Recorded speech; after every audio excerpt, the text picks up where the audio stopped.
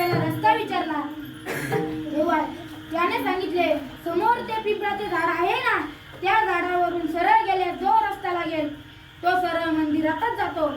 तेव्हा तो गृहस्थ त्या झाडाजवळ आला, झाडावर चढला, तो रस्त्याला लागला, खाली उतरून रस्त्याला लागला, खाली उतरून रस्त्याला लागला.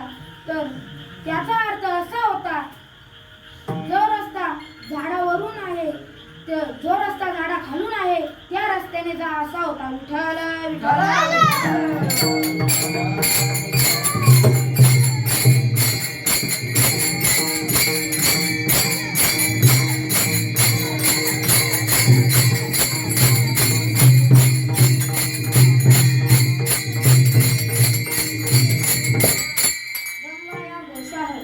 म्हणजे गंगेवर काठी गवळ्यांची घरे आहे. कारण एका गृहस्थाला दूध पाहिजे होते. तेव्हा त्याने दुसऱ्याला विचारले, दूध कोठे मिळेल? तेव्हा त्याने सांगितले, गंगेवर गवळ्यांची घरे आहे, तेथे तुला दूध मिळेल. तो धावत गंगेवर गेला, गंगेत उडी मारली व म्हणाला, मला दूध मिळेल का? तर मिळणार नाही. कारण गंगेच्या काठी जी गवळ्यांची घरे आहे तेथे तुला दूध मिळेल असा होता.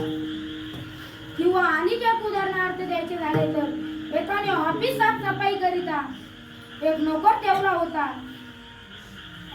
त्या मालकाने एक दिवशी त्याला सांगितले, आज ऑफिस चांगले साफसफाई कर, कारण आपल्या येथे आज वरिष्ठ साहेब येणार आहे. आपल्या येथे आज वरिष्ठ साहेब येणार आहे, मात्र केर टाकताना माणूस पाहून टाक. तर त्याने ऑफिस साफसफाई केले, केर एका गमेल्यात भरला. तो ऑफिसवर दुसऱ्या मजल्यावर होते. केर एका गमेल्यात भरला, खिडकी जवळ जाऊन बसला. नेमके खालून एक गृहस्थ रस्त्याने जात होता, त्याच्या अंगावर तो केर टाकला. तो गृहस्थ रागावला, जे वाटेल ते बोलू लागला.